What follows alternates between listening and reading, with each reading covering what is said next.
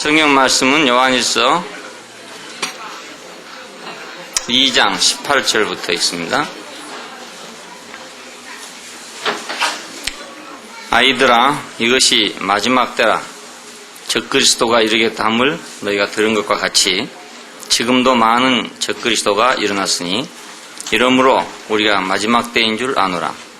저희가 우리에게서 나갔으나 우리에게 속하지 아니하였나니 만일 우리에게 속하였다면 우리와 함께 거하였으려니와 저희가 나간 것은 다 우리에게 속하지 아니함을 나타내려 함이니라.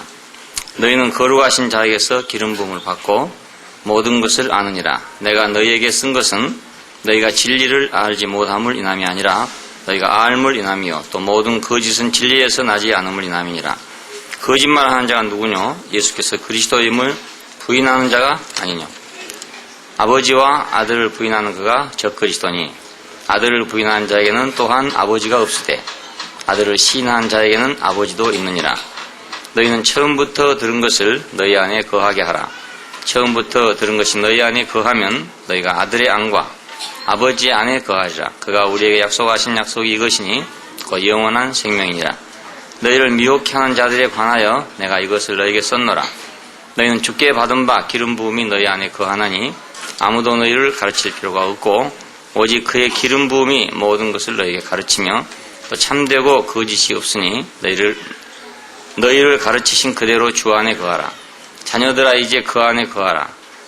이는 주께서 나타나신 바 되면 그의 강림하실 때에 우리도 담대함을 얻어 그 앞에서 부끄럽지 않게 하려 함이라. 너희가 그의 의로우신 줄을 알면 의를 행하는 자마다 그에게서 난 줄을 아느니라. 이거였습니다. 지난번에 성수 안에서 우리가 세상을 정복한다 하는 말씀을 드렸습니다. 어떤 사람은 기도로 정복하려는 사람도 있고 여러 가지 능력으로 정복하려는 사람이 있는데 세상을 정복하는 것은 우리의 성숙에 달려있다 하는 말씀을 드렸습니다. 아비들과 아이들과 청년들로 이렇게 표현된 이 사람들은 결국 성숙해서 강한 자가 돼가지고 세상을 정복하는 사람들을 말하기 위해서 들어선 사람들이라고 할 수 있습니다. 오늘은 기름 부음 받음으로 우리가 주 안에 거한다 하는 말씀을 드리겠습니다.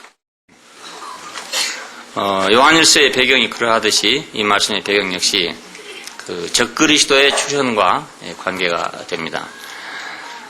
적그리스도의 출현, 적그리스도라는 것은 그 예수께서 그리스도이심을 대적하는 것을 적그리스도라고 합니다.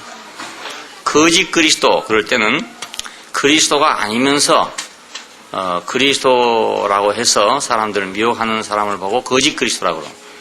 요한계시록 나오는 그 거짓 그리스도는 적그리스도가 아니라 자기가 그리스도다 이렇게 하는 거짓말쟁이다 그런 뜻이고요. 여기서는 예수께서 그리스도이심을 기름 부음 받으신 분인 것을 대적하는 것을 적그리스도라고 합니다.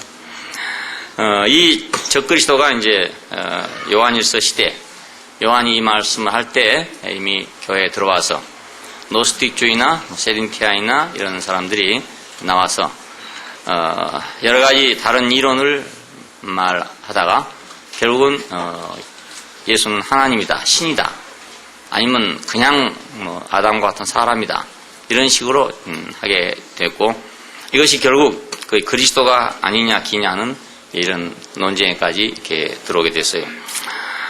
그래서 이 말씀이 쓰여지게 됐습니다. 마지막 때라는 말은 그 그리스도의 출현을 막기 위해서 예수 그리스도를 막기 위해서 그 최종적인 마지막 그 결정적인 그런 방해를 하는 때다 이런 뜻입니다. 왜냐하면 옛날부터 계속해서 방해를 해왔는데 대적을 해왔는데 지금이 아주 절정에 이르렀다 이런 뜻이죠. 마지막 때다 이런 말이니까 사탄은 처음부터 그리스도를 대적해 왔습니다. 아담을 속인 것은 바로 그리스도를 대적하기 위한 것이었습니다. 예수님이 맨 처음 공생에 나오기 전에 시험을 받으신 것도 네가 하나님의 아들이냐 이 말이잖아요. 네가 하나님의 아들이냐. 네가 하나님의 아들이거든 돌로 떡을 만들어 봐라. 네가 하나님의 아들이거든 성전 꼭대기에 뛰어내려 봐라. 네가 하나님의 아들이거든 내게 절하라. 이런 말이었습니다. 천하만국의 영광을 가져봐라. 이런 말이었습니다. 이것은 모두 그리스도를 대적하는 말입니다. 기름 부음 받은 자는 따로 있는데 그 기름 부음 받은 자를 무시하고 다른 것을 제시해가지고 그 기름 부음 받은 자를 대적한 거죠. 그러니까 처음부터 사탄은 뭘 해왔냐? 그리스도를 대적해 온 것이죠. 알고 보면. 왜냐하면 아담은 결국 기름 부음을 받을 자 아닙니까? 흙으로 지어져 가지고 생기를 받았다. 이것도 일종의 기름 부음의 시작이죠. 알고 보면. 그런데 이것만 갖고는 안 되기 때문에 생명나무의 열매를 줘서 먹게 한다. 그 생명나무의 열매는 결국 바로 기름 부음 아니겠습니까? 그리고 생명나무의 열매를 먹었으면 그는 하나님을 위임 맡은 사람이 될 것이니까 그 위임이 바로 기름 부음이란 말입니다. 그냥 이걸 방해하는 것은 바로 저 그리스도였죠. 처음부터 그리스도를 방해하려는 것이었습니다. 먹지 말라더냐? 눈이 밝아서 하나님같이 될 줄을 알기 때문에 그래서 먹지 말라는 것이다. 이렇게 사람을 속였어요. 이것이 바로 그리스도를 대적한 것이었습니다. 그 결과 가인은 아벨을 죽였죠.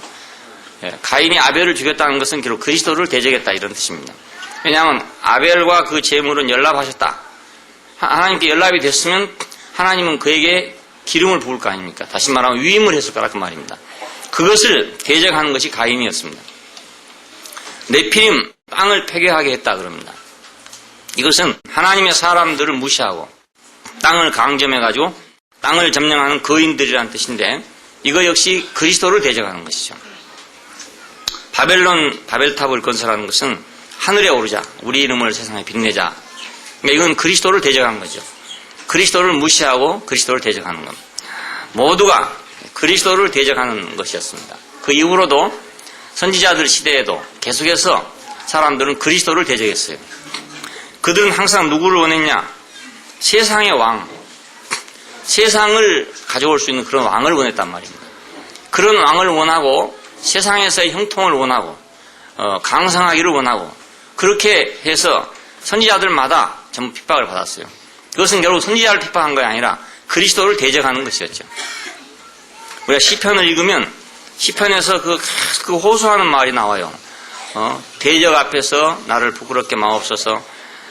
이런 말이 계속 나오고 그 원수, 대적 이런 말이 계속 나오는데 이건 전부 적그리스도를 가르쳐 말한 것입니다.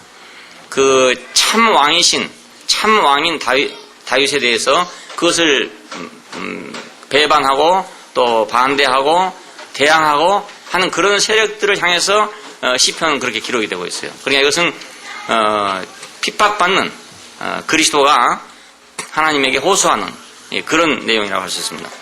자, 이것이 최종적으로 예수 그리스도가 세상에 왔을 때 바로 예수를 대적한 것입니다. 그래서 십자가에 못 박게 된 것이잖아요. 근데 그 이후에도 역시 또 마찬가지로 예수께서 승천하시고 기름 부음 받으신 분이 됐음에도 불구하고 그때 다시 또 대적하고 일어난 것이 바로 초대교회에 있는 이런 사건입니다. 그래서 이걸 보고 마지막 때다 이렇게 말한 것은 지금까지 이렇게 쭉 대적을 해왔던 것에 아주 마지막 때가 왔다. 결정적인 때가 왔다. 발악하는 때가 왔다. 이런 말과 마찬가지입니다. 지금까지는 여러 가지 다른 방법으로 대적을 했는데 이번에 맞고는 아주 고도의 지식과 고도의 종교를 가지고 그리스도를 대적해 왔어요. 이걸 생각해보면 오늘날 사정은 이보다 더 마지막 때라고 할 수도 있어요. 왜냐하면 더 고도의 방법으로 더 고도의 종교로 사실은 그리스도를 대적하고 있는 셈이거든요. 어린 양을 대적하고 있고 세상과 짝해가지고 세상의 어떤 것을 가지고 복음을 왜곡시키고 있단 말입니다. 그리스도를 왜곡시켜 놨잖아요. 결국 그 십자가에 못 박혀 죽은 한 사람을 갖다가 그 기독교와 천주교가 만들어지면서 이걸 황제와 같이 만들어놨어요. 그러니까 이건 이제 왜곡시켜놨죠. 그러니까 높여주면서 왜곡시켜버린 거죠. 높여주면서 아주 높은 사람이 되게 만들면서 그러면서 내용을 없애버렸단 말입니다. 어린 양을 갖다가 황제를 만들어버렸으니까 교황을 만들어버렸으니까 얼마나 높이 만들었으면 높이 만들고 알맹이는 빼버리고 껍데기는 높여주고 알맹이는 빼버리고 이런 것이 됐죠. 이거 역시 적그리스도 아닙니까? 그리스도를 대적하는 것이다. 오늘날 종교적인 사정을 자세히 보면 거의 모두가 적그리스도라는 걸 알 수 있어요. 그리스도는 없고 다른 것만 있거든요. 결국 십자가에 못 박힌 그리스도 하나님은 거기 그 사람에게 기름을 부었는데 그 사람은 지금 온데간데 없어요. 온데간데 없고 다른 사람이 판을 치고 있단 말입니다. 그 세상과 짝할 수 있는, 세상과 같이 어깨를 겨룰 수 있는 그런 어떤 사람들이 지금 판을 치고 있는 거예요. 이것이 바로 적그리스도 아닙니까, 여러분? 예, 거짓 그리스도가 아니라 이건 적그리스도다. 그리스도를 대적하는 거다, 그러면.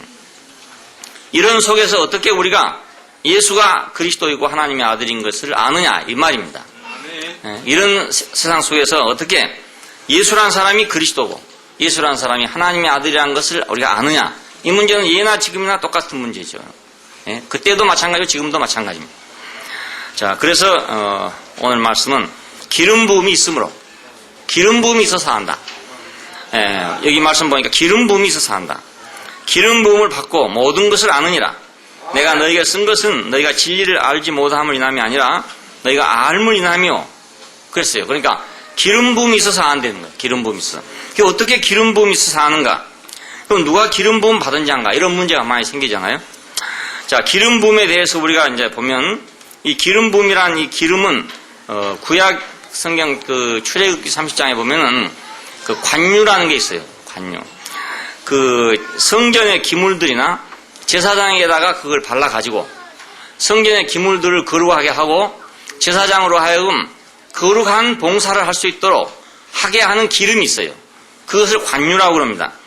이 관유는 뭘로 구성되냐면 액체 모략 50세겔하고 육개 50세겔하고 창포 250세겔에 계피 50세겔 그리고 감람류 한 흰 이렇게 되어 있습니다. 그러니까 모략과 육개와 창포와 계피를 갈아가지고 그것을 감람류에 섞은 기름입니다. 이 기름을 관유라고 그러는데, 거룩한 관유라고 그러는데 이걸 모든 성소의 기물들에서 발랐어요. 그 바르면 그것이 거룩해진다, 그런 뜻이고 아론과 그 아들들에게 바름으로써 제사장 직분을 행하도록 그렇게 하게 했습니다. 그러니까 이건 절대로 다르게는 만들지 못한다. 예, 또 다른 사람에게는 바를 수가 없다. 사람에게는 바를 수가 없다. 이렇게 돼 있어요. 왜냐하면 이걸 바르면 거룩하게 되고 제사장 직분을 행하는 것이 되기 때문에 못한다. 이렇게 되어 있습니다. 이 관유를 보면은 이 기름이 복합적이잖아요. 한 가지 성분만 있는 게 아니고 여러 가지 성분이 섞여져 있으니까 이걸 보고 복합적인 관유라고 그럽니다. 관유는 어떤 요소들로 구성되어 있다. 모략과 육개와 창포와 계피와 감람류로라는 그 성분이 배합돼 가지고 하나의 기름이 형성되고 있다 이겁니다. 그게 복합적인 관유죠. 우리가 얼른 보면 이제 페인트 같은 것을 들 수 있어요. 페인트는 여러 가지 것을 섞어 가지고 만들어 놓은 이제 그 기름이죠, 쉽게 말하면. 그래서 하얗게도 나오고 빨갛게도 나오고 여러 가지 색깔로 나오고 또 성질도 여러 가지입니다. 수성 페인트가 있고 유성 페인트가 있고 이런 식으로 했는데 그 안에 이제 섞여져 있는 성분들이 어떤 성분들이냐에 따라서 그 페인트가 달라지게끔 그렇게 됩니다.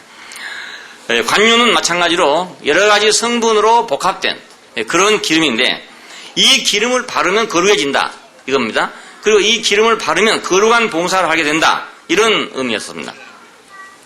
왜 그러면 이것들이 거룩한 관유가 되느냐 이겁니다. 자, 모략은 죽으심을 상징하는 것입니다. 그 송진같이 그 나무가 상처가 났을 때 거기서 나오는 그 액체예요, 이것이. 그러니까 죽음을 상징하는, 상처를 상징하는 것이고, 육개는 그 계피보다 두꺼운 것을 육개라고 그럽니다. 그 밑에 부분 두꺼운 데를 육개라고 그러고 끝에 가지 부분을 계피라고 그럽니다. 이건 향기가 방향성이 높은 그런 건데 이것은 죽음의 향기죠. 그러니까 모략과 육개 이럴 때는 죽음과 향기, 죽음의 향기. 자, 이 죽음의 향기가 그때 당시는 뭔지 몰랐지만 예수 그리스도를 보고 난 후에 우리는 십자가의 죽으심의 향기가 왔다. 예, 그리스도는 향기다 이렇게 말하잖아요. 바로 그건 죽음의 향기입니다. 이 죽음의 향기를 맡은 사람이 살아나는 것입니다. 그러니까. 야, 창포와 계피는 뭐냐? 창포는 그 늪지대에서 자란 거니까 고난을 상징하는 것이다. 그 고난과 향기입니다. 또 그 고난 속의 향기, 그리스도의 고난 안에는 우리에게 풍겨지는 향기가 있어요. 인격의 향기가 있어요. 그러니까 우리는 예수 안에서 이제 이것을 발견하게 된 겁니다. 예수님이 없었으면은, 자, 왜 하필이면 모략과 육개와 창포와 계피로 기름을 만드는가? 이걸 확실하게 알 수가 없었을 것인데, 예수 그리스도가 오심으로 말미암아서 그 인격 안에서 이 문제가 해결이 됐어요. 이 복합적인 관유의 내용이 해결됐단 말입니다. 예수님 자신이 바로 이런 분이다, 그럼. 자, 그러니까 예수님은 이런 복합적인 관유가 되신 분이죠, 결국. 근데 이렇게 되기 위해서 그분은 그냥 된 게 아니고, 하늘에서 이미 그렇게 만들어갖고 내려온 게 아니라 그분의 전 과정을 거쳐서 이런 복합적인 관유가 됐어요. 그의 출생이 동정녀를 통해서 났다. 이게 그냥 보통 그냥 평범하게 난 게 아닙니다. 우리가 생각하면 동정녀에서 났다 그러니까 참 그 신성하고 거룩하다. 다음 누구든이다 부정 모혈로 태어났는데 부정이 없이 하나님의 영을 받아가지고 낳았으니까 참 얼마나 거룩하냐 이렇게 종교적으로 생각하기 쉽지만 처녀가 아들 낳는다는 게 그것이 보통 일입니까? 그것이 그렇지 않습니까? 하나님에 의해서 처녀가 아기를 돼가지고 낳았다. 이건 세상에서 얼마나 고난인지 모르는 거예요. 만일 이렇게 난다면은 그보다 더 고난스러운 게 없지 않겠어요? 누가 그 말을 믿어주겠습니까? 내가 지금 성령이 와가지고 나의 현몽을 해가지고 나한테 잉태를 해서 내가 애를 뱉다 그러면 처냐 그러면 다 미친년이라고 그러지. 누가 그 사람 보고 말이 거룩한 성녀라고 하겠냐 그겁니다. 그렇잖아요? 그 사람들이 잘못 생각하고 있는 거죠. 그게. 그의 출생과 성육신, 말씀이 육신이 되신 것. 그 말씀이 육신이 되신 것이 얼마나 그것이 고난 속에 된 것입니까? 십자가 밖에 죽음으로 말미암아서 하나님과 하나 된 건데 그냥 된 게 아니단 말입니다. 그러니까 이런 과정, 그 인생의 과정, 십자가의 과정, 부활과 승천의 과정이 복합적으로 예수가 된 거라고요. 그리스도가 된 거란 말입니다. 기름 부음이 됐을 때는 그분이 그리스도라고 기름 부음이 됐을 때는 이런 복합적인 과정을 거쳐 된 것입니다. 그냥 된 것이 아니고. 그리고 꼭 관유와 마찬가지죠. 관유와. 그 네 가지 그 향품이 그 감람류 기름 속에 섞여져 가지고 하나의 거룩한 관유가 되었듯이 출생과 성육신과 인생과 십자가와 부활과 승천이라는 이런 과정이 이러한 성분들이 예수라고 하는 한 인간 속에서 이것이 관유가 돼가지고 하나의 관유가 된 거거든요.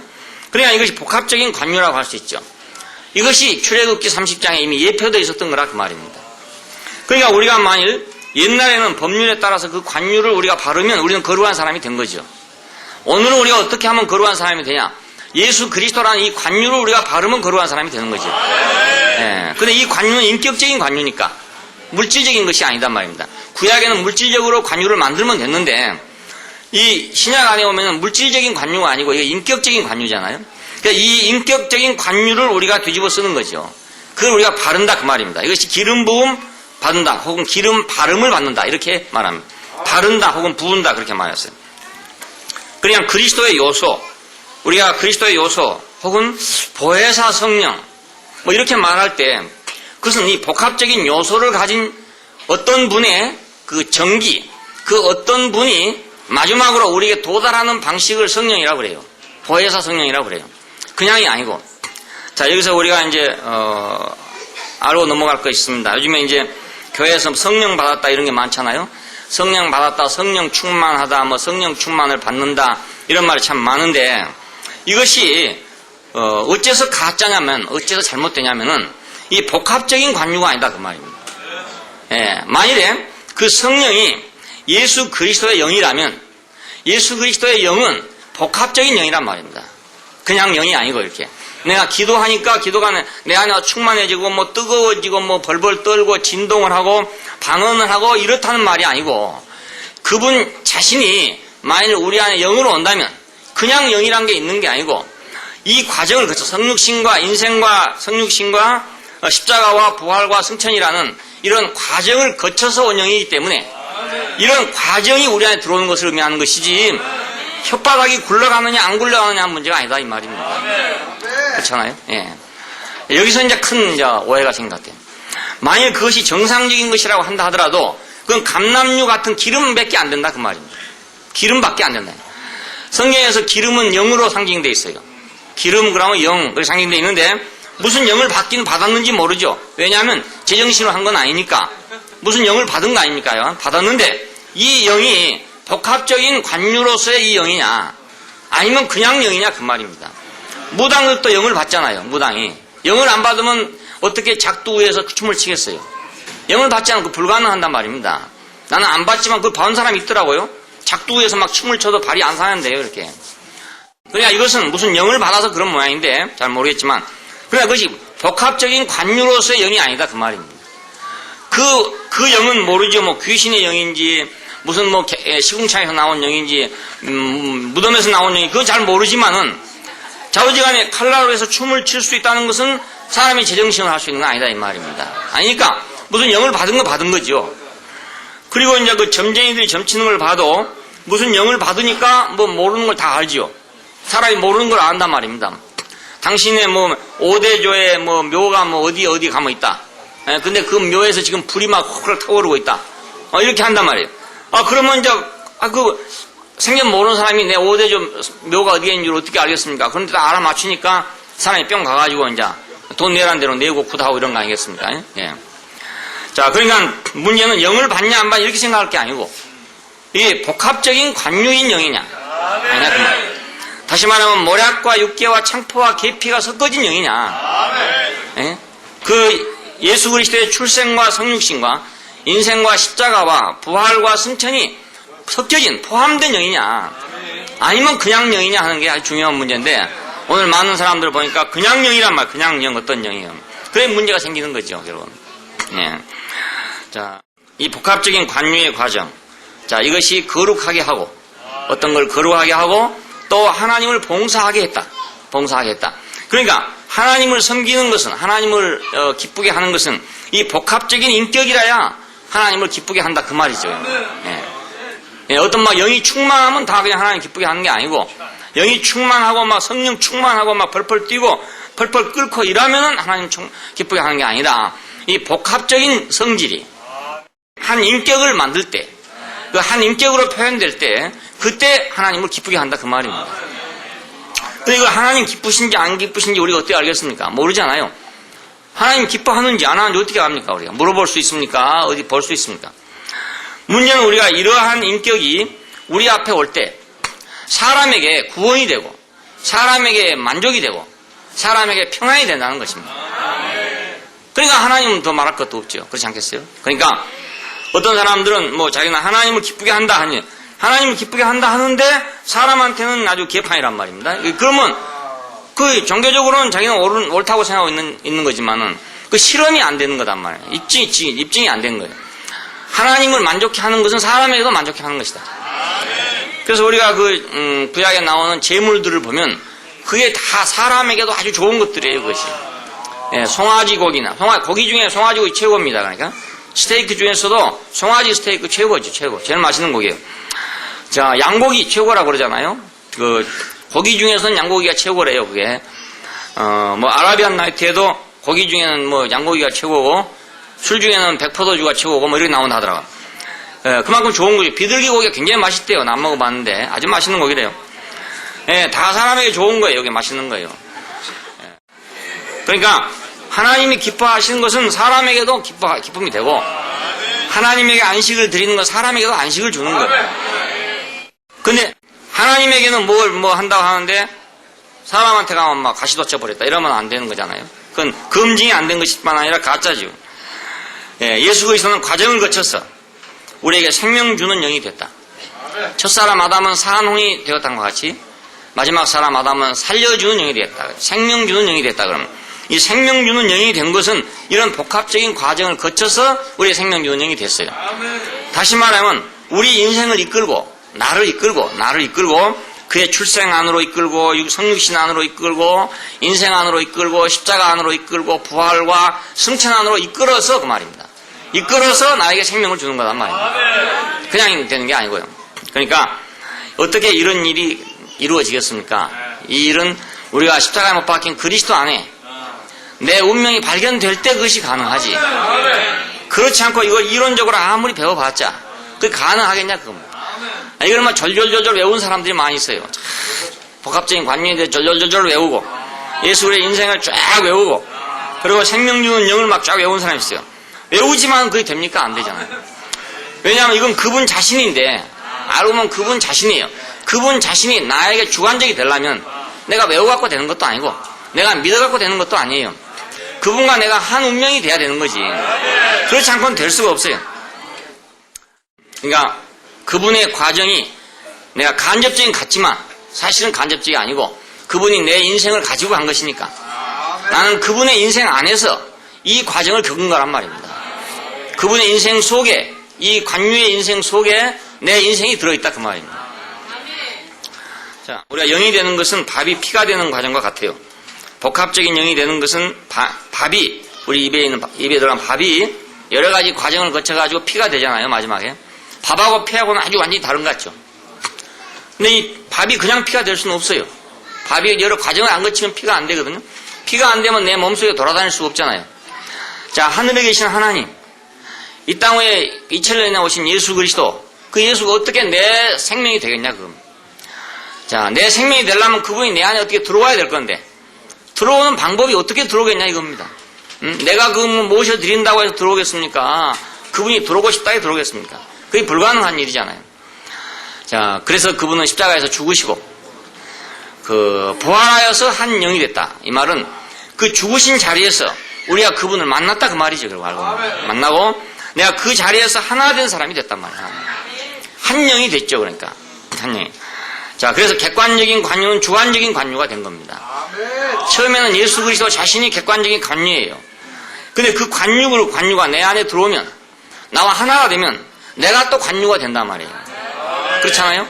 그럼 내가 관유가 되면 또 나로 인해서 다른 사람이 또 관유가 되는 거예요. 예, 기름 부음을 낳고 기름 부음이 또 기름 부음을 낳게 돼요. 이렇게.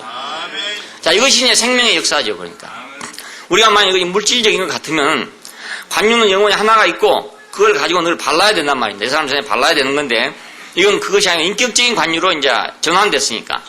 신약이 됐다는 말은 구약의 객관적인 물질적인 관유가 인격적인 관유로 전환됐다는 뜻입니다. 자, 이 전환된 관유는 인격이기 때문에 딴 사람에게 들어가면 또 그 관유가 되고 또 관유가 되게 되는 거죠. 객관적인 관유는 우리의 주관적인 관유가 되게끔 그렇게 만들어집니다. 자, 그러니까 우리가 예수를 아는 건 어째서 예수가 그리스도라는 걸 알 수 있냐. 자, 어떤 사람들이 뭐 자기가 나와서 그리스도다 이렇게 할 수도 있지 않겠어요?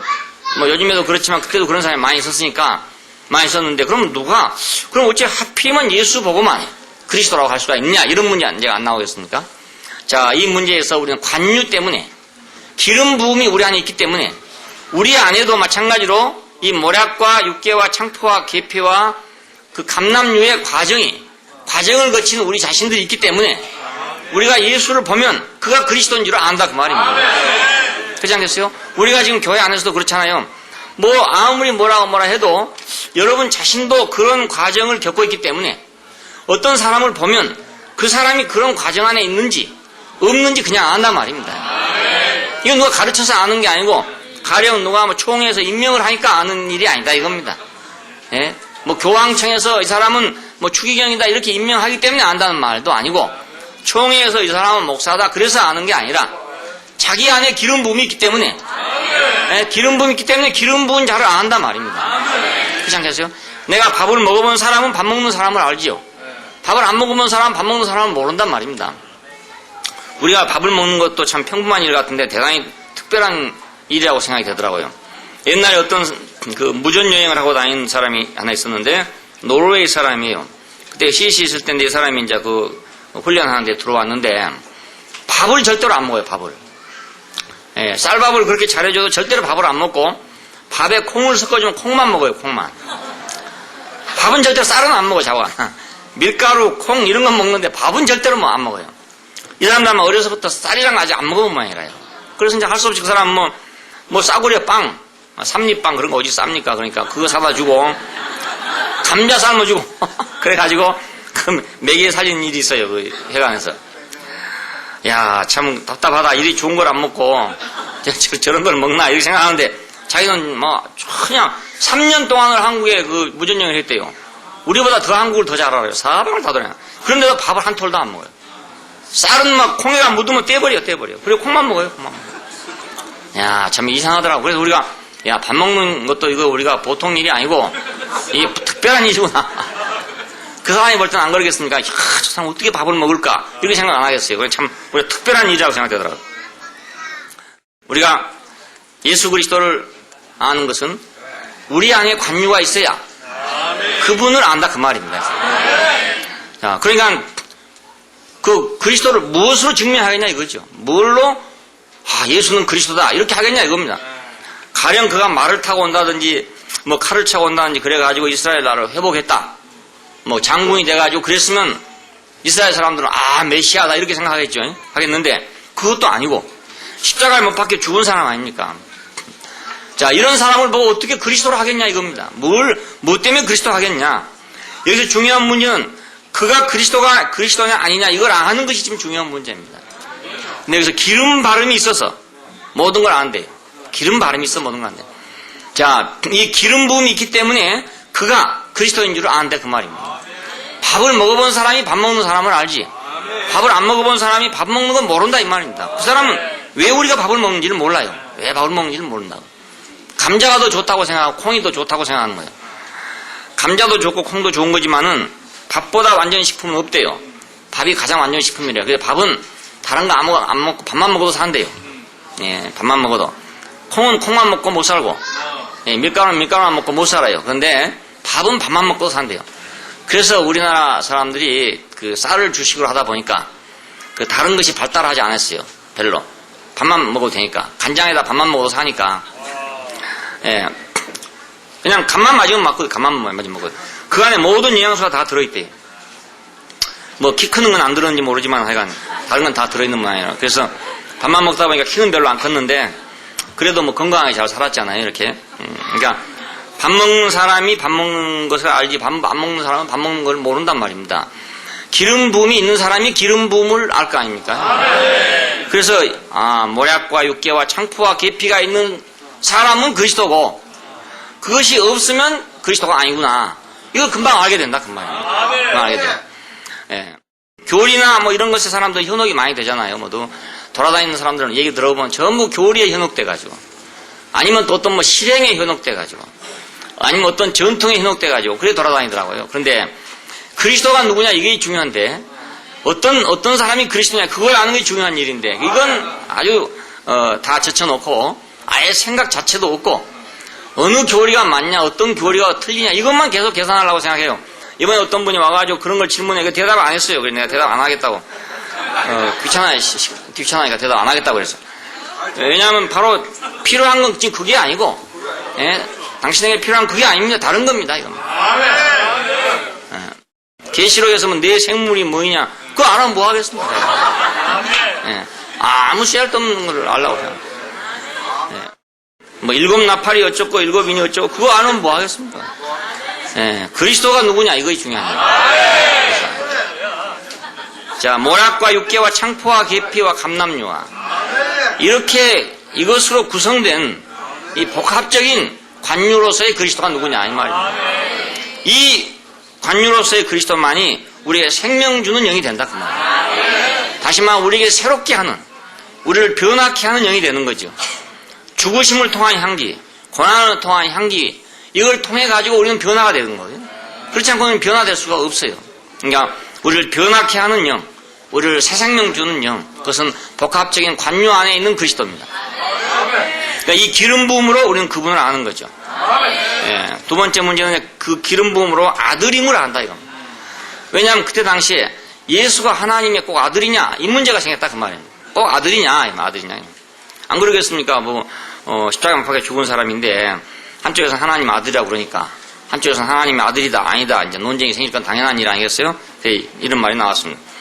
자, 우리가 이제 그러면 하나님은 그냥 하나님, 그렇게 해서 우리는 모르잖아요. 자, 그래서 이스라엘 사람들은 아브라함의 하나님, 이삭의 하나님, 야곱의 하나님, 이렇게 불렀어요.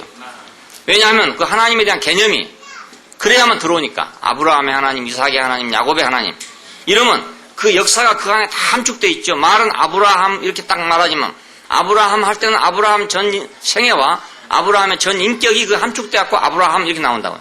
그냥 그 하나님, 이삭의 하나님, 야곱의 하나님 딱 이래야 이제 하나님의 그 복합적인 요소가, 하나님의 복합적인 어떤 요소가 나한테 인식이 되는 거죠. 그 언어가 없으면 우리는 인식이 불가능해요. 언어가 없으면. 그러니까 아버지라는 언어가 없으면 우리는 아버지를 인식을 할 수 없어요. 아버지로 인식하지 못해요. 그냥 아버지란 말이 전혀 없다. 아빠란 말도 전혀 없다. 그런 언어가 없다고 가정하면 내 옆에서 매일 나를 쓰다듬어주고 사랑해주고 하는 어떤 사람이 하나 있단 말입니다. 있기는 있는데 이 사람을 내가 아버지로는 인식하지 못해요. 아버지로는 인식하지 못해요. 그냥 언어라는 게 그렇게 중요해요. 그 언어 자체가 우리의 개념을 준단 말입니다. 그러니까 아버지 그럴 때는 그 아버지라는 이름 속에 내가 지금까지 경험했던 그분의 어떤 것을 함축하고 있단 말입니다. 그래서 그때는 아버지만 해도 그 안에 거의 다 포함된 거예요. 그냥 그 속에 다 간단하게.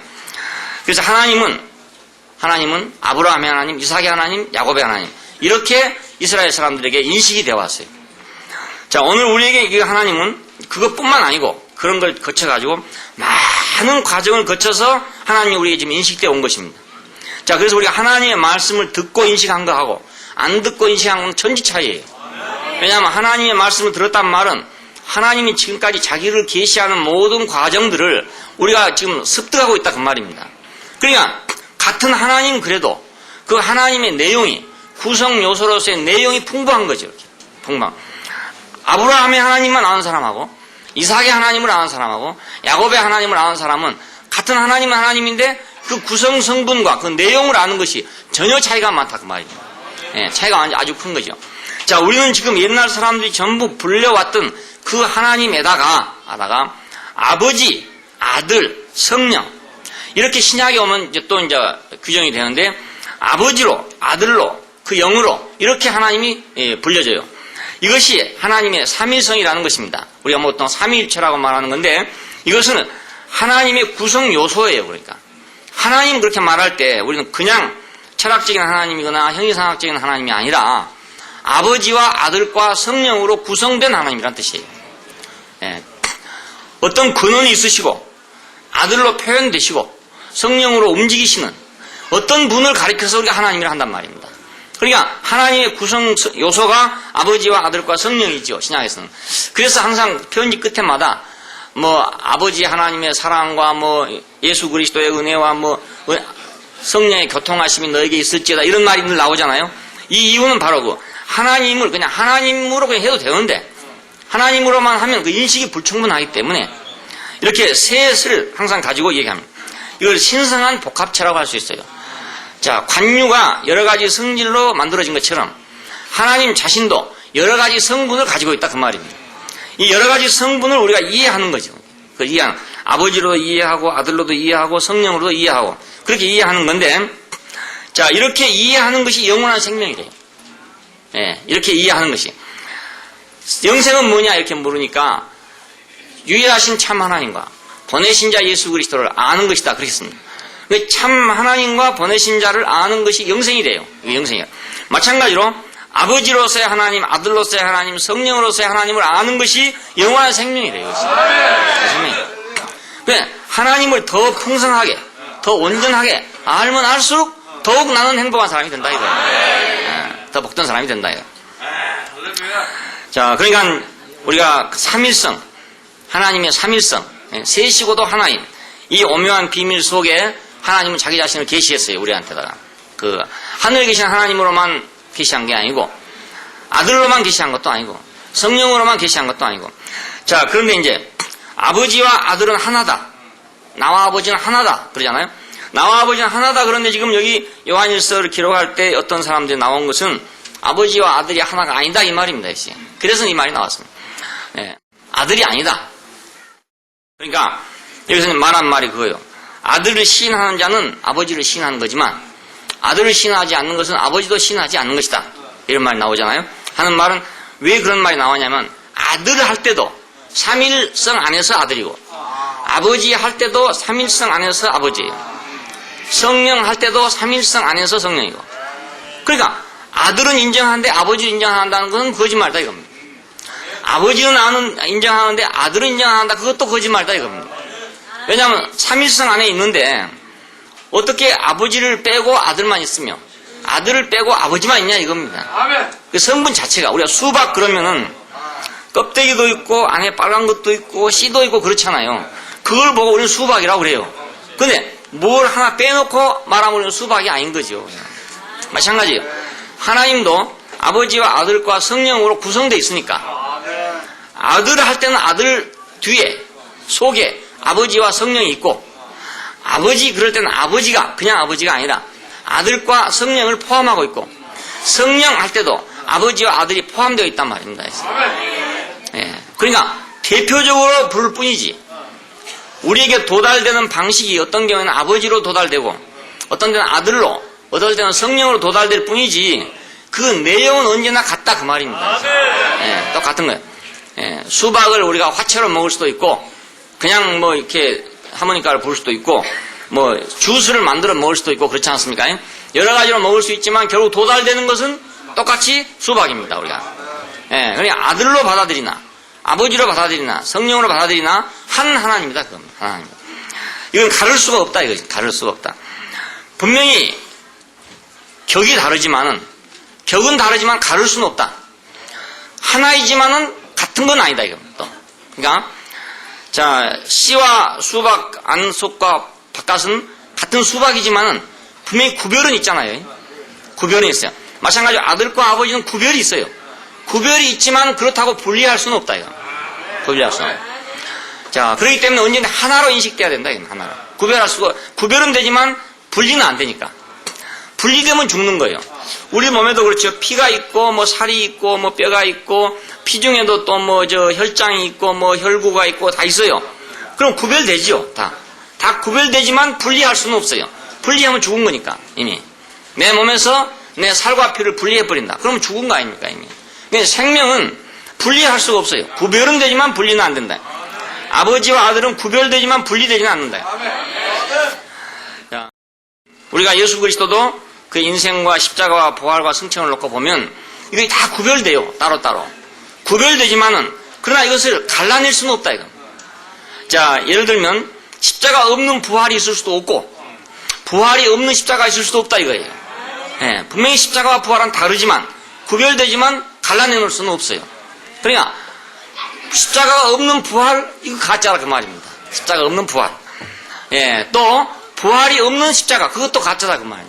자기 혼자 죽은 거겠죠 그냥. 예, 하나님이 인정한 것이 아니고 죽은 사람이 한두 명입니까? 다 수없이 많은 사람이 죽었잖아요. 그런데 이것이 부활이 없는 죽음이죠.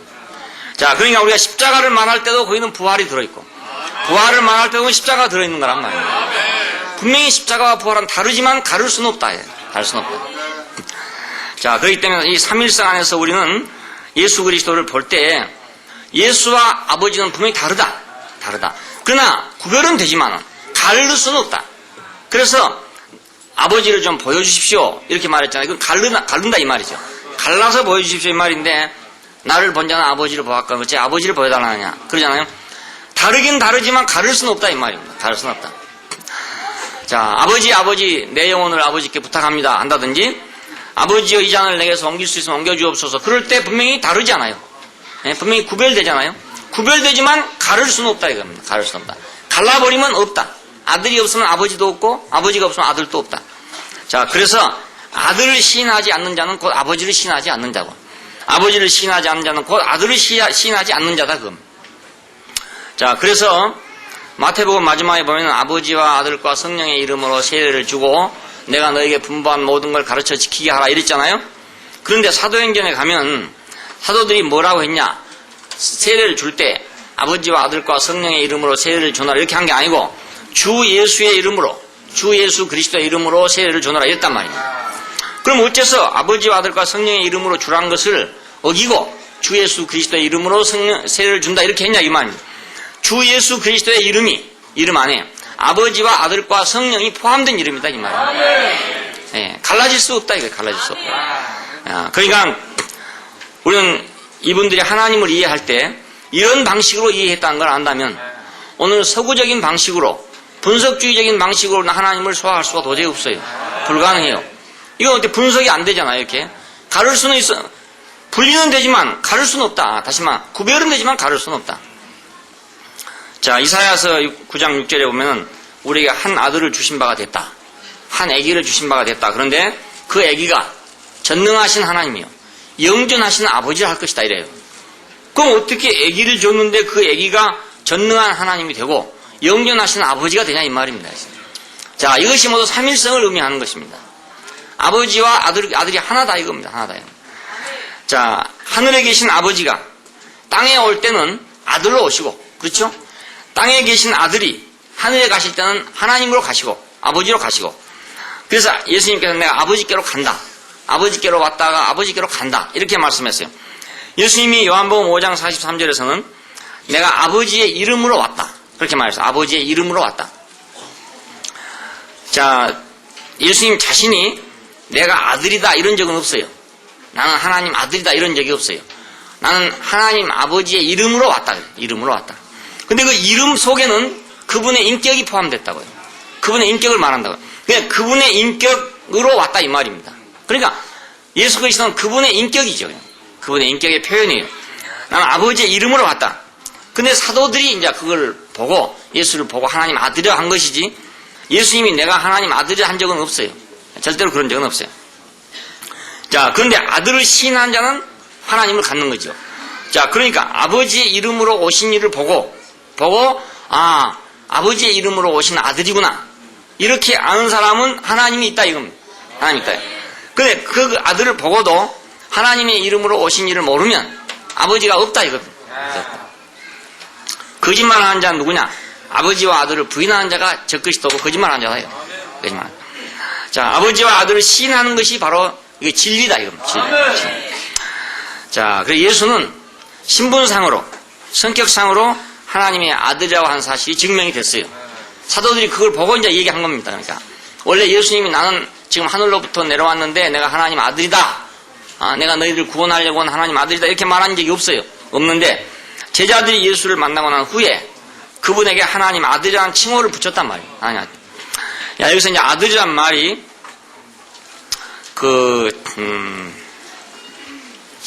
신분적으로 아들이 할 때가 있고 성격적으로 아들이 할 때가 있고 그래요. 성경에 쓰여지기를. 자, 나의 아들. 출애굽기 4장 22절에 보면 나의 아들 이런 말이 나와. 이건 신분상의 말이죠. 근데 이것은 이스라엘 전체를 지칭해서 말할 때 나의 아들 이렇게 말했어요. 그 아들이란 개념을 우리가 깊이 생각해 볼 필요가 있습니다. 근데 어떤 경우냐 성격적으로 성격상으로 많이 말했어요.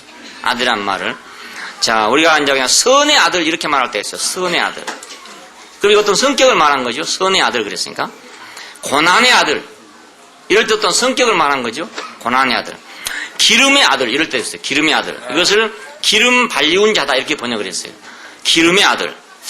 또는 나쁘게 말할 때 어떤 폐역의 아들들 이렇게 말할 때 있어요. 이건 성격을 말하지 어떤 폐역의 자식들. 요즘에 뭐 영화 제목에 어둠의 자식들 뭐 이런 거 나오거든.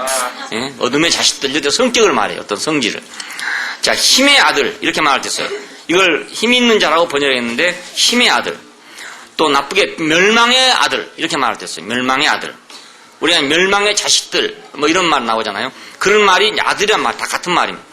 그 다음에 불순종의 아들 이런 말이 또 나오잖아요. 불순종의 아들. 자, 왕국의 아들 이런 걸 볼 때 그 아들이란 말이 우리가 그냥 이렇게 아버지 있고 아들 있고 이런 개념이 아니라 신분상으로 성격상으로 거기서 나온 어떤 걸 가리킬 때 아니면 그 성격을 대표할 때 그럴 때 아들이라고 표현해요. 자, 멸망의 아들, 불순종의 아들 이렇게 말할 때는 불순종의 표현이란 뜻이죠. 멸망의 표현이란 뜻이고요. 그렇죠? 마찬가지로 선의 아들 그럴 때는 선의 표현이란 말이죠. 선의 아들. 자, 고난의 아들 그러면 고난의 표현이란 말이고 기름의 아들 그럴 땐 기름 부음의 표현이란 뜻이고 그래요. 아들은 결국 표현입니다. 그러니까 표현. 자, 하나님은 그 아버지이기도 하고 아들이기도 하고 성령이기도 하다. 이 말은 아버지 따로 아들 따로 성령 따로가 아니라 아버지와 아들과 성령으로 구성되신 분이다. 분명히 구별은 되지만 가를 수는 없는 것이다. 그래서 예수 그리스도를 우리가 신분상으로나 성격상으로 볼 때 하나님 아들이다 이렇게 부른 겁니다.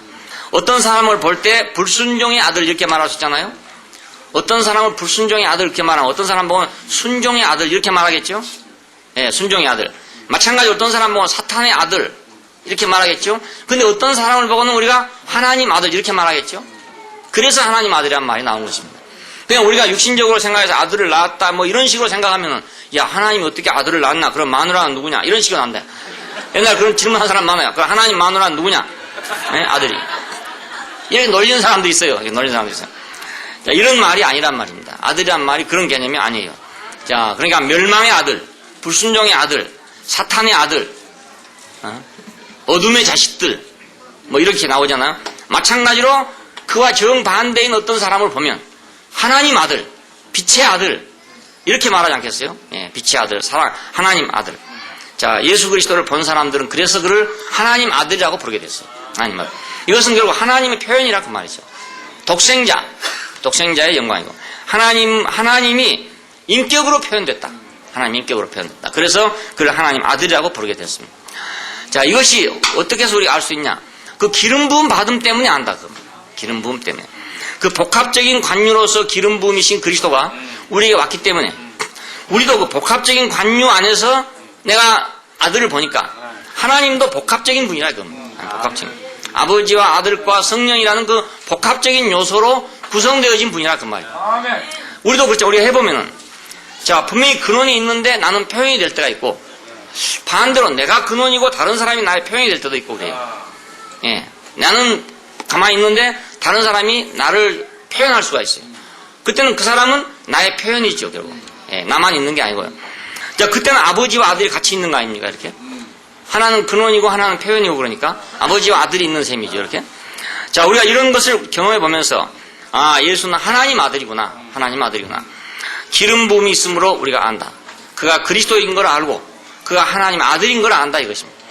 자, 그러니까 그가 기름 부음 받은 자라고 할 때 하나님의 모든 것이 그에게 위임되어 있고, 그가 하나님의 아들이라고 그럴 때 그분의 생명이 하나님의 생명이니까, 한 생명이니까, 그분을 우리가 영접하는 것은, 그분을 받아들인 것은 우리가 하나님의 위임과 하나님의 생명을 우리가 위임받은 거다 그겁니다. 예, 내가 그분을 시인하는 것이 그냥 단순한 것이 아니다 그거죠. 그분의 위임을 시인하는 것이고 그분의 생명을 시인하는 거기 때문에 내가 그것이 영생이다 이겁니다. 그 영생이다. 영원한 생명이다 이겁니다. 예, 우리가 예수 그리스도를 시인한다는 것은, 예수를 그리스도로 시인하고 하나님 아들로 시인한다는 것은 우리 절대적인 복이 아닐 수가 없습니다. 자, 우리가 이것을 떠나면 뭐가 되냐? 거짓말하는 자가 된다. 거짓말하는 자가 누구냐? 예수께서 그리스도의 심을 부인하는 자가 아니냐. 야, 복합적인 관유가 있음에도 불구하고 그를 그리스도라고 시인하지 않는 것은 거짓말하는 거다. 예, 복합적인 하나님, 아버지를 표현하는 아들을 보고도 아들이라고 하지 않는 것은 그건 거짓말하는 거다 이겁니다. 예, 자기가 스스로 한 것이 아니더라 이거. 예수를 볼 때 자기가 스스로 모습 표현하고 있는 게 아니고 아버지를 표현하고 있더라. 어떤 영원한 근원에서 나온 표현을 하고 있더라 이거. 그러니까 그걸 보고도 아들이 안 하면 아버지를 부인하는 거 아니야. 예, 아버지의 표현이 분명히 나왔는데도 불구하고 그걸 아들이라고 안 한다면은 아버지도 부인한 거다. 그것이 바로 거짓말한 자다 이거. 모든 거짓은 진리에서 나지 아니함을 인함이라. 거짓말하는 자는 누구냐? 예수께서 그리스도의 심을 부인하는 자가 아니냐. 그러니까 거짓은 모두 진리에서 나지 않은 거다 이거. 실제는 뭐냐? 복합적인 관유 안에 계신 그분이 바로 실제다 그 말이야. 예, 복합적인 요소를 가지고 계신 그 하나님이 실제 하나님이다 이겁니다. 하나님 하는데 아들이 없다. 그건 가짜다 이 말이죠. 그렇잖아요.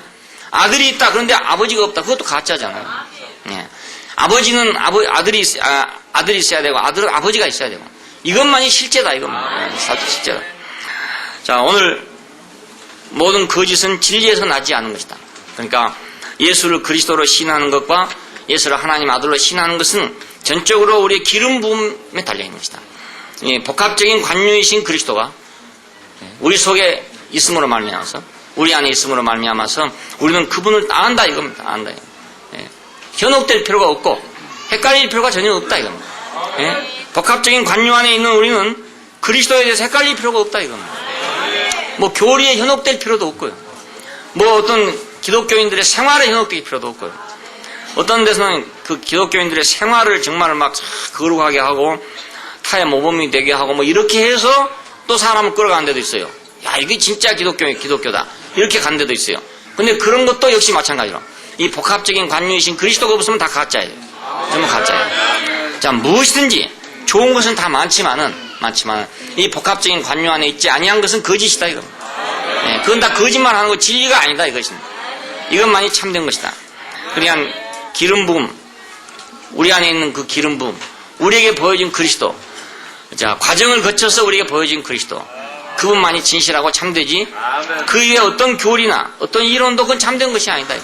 많은 사람이 그 교리나 이론에 빠져가지고 막 그 속에서 그걸 연구한답시고 내가 조금 더하니 네가 조금 더하니 해가지고 뭐 자기가 얼마나 알고 있는데 남이 얼마나 알고 있는가 지혜보고 말이지 이런 것을 하고 있다고요. 그 뭐 자기가 조금 더하면 뭐하고 좀 뭐 덜하면 뭐 하겠어요. 국어책 하나 놔두고 1페이지 한 사람하고 네 폐지한 사람하고 서로 얘기하고 있는 거나 마찬가지지. 그게 무슨 소용이 있겠습니까, 그것이. 학교에 가서 공부하는 것 같으면 그래도 성적이라도 받지만은, 이건 뭐 성적 줄 일도 아니고, 아무 소용도 없고, 아무 쓸데없는 일 가지고 막 성경을 상고하고 있고 막 그렇게 하고 있어요. 그래서 너희가 성경에서 영생을 얻는 줄 알고 성경을 상고하거든요. 이 성경이 내게 대하여 말한 것이다. 너희가 내게 오기를 원치 않는다. 그 사람들이 모두 그런 것 같아요. 헛된 이론만 막 찾아 돌아다니는 사람이 굉장히 많아요. 예, 기름 부음을 찾아야지. 기름 부으신 일을 알아야 되고 기름 부으심을 받아야 되지. 헛된 이론을 찾아갖고 될 일이 아니지 않습니까? 예, 너희 안에 거룩하신 자에게서 기름 부음을 받고 모든 것을 아느니라. 예, 그리스도를 알고 하나님 아들을 아는 것은 기름 부음에 달려있느니라. 기도하십시다. 예, 감사하신 아버지 하나님, 혼란한 시대에 우리의 기름 부음 받으신 그리스도가 역력하게 복합적인 관유로 우리 안에 서시고 우리에게 보여주신 것을 감사합니다. 당신의 전 과정이 우리 안에 인식되고 십자가에서 당신과 한 운명 안에서 우리가 발견됨으로 말미암아 당신의 전 운명에 참여하는 이 축복을 주신 것을 감사합니다. 이 안에서 우리가 누가 가르쳐서가 아니라 우리 안에 기름 부음이 있어서 기름 부으신 당신을 알게 되고 우리 안에 기름 부음이 있어서 하나님 아들로서의 당신의 성격과 당신의 위치를 알게 하여 주신 것을 감사합니다. 우리가 당신의 기름 부음이 더욱 넘치고 넘쳐가요. 우리가 당신에 대한 인상이 당신에 대한 인식이 더욱 분명해지고 확실해지게 되기를 원합니다. 그 안에서 우리가 주님을 영원토록 찬양하고 그리고 주님을 전할 수 있게 되기를 원합니다. 우리가 당신 안에 그 인식 안에 거하게 되기를 원합니다. 참되고 거룩한 인식 안에 우리가 거하게 되기를 원합니다. 주 예수님 이름으로 기도합니다. 아멘.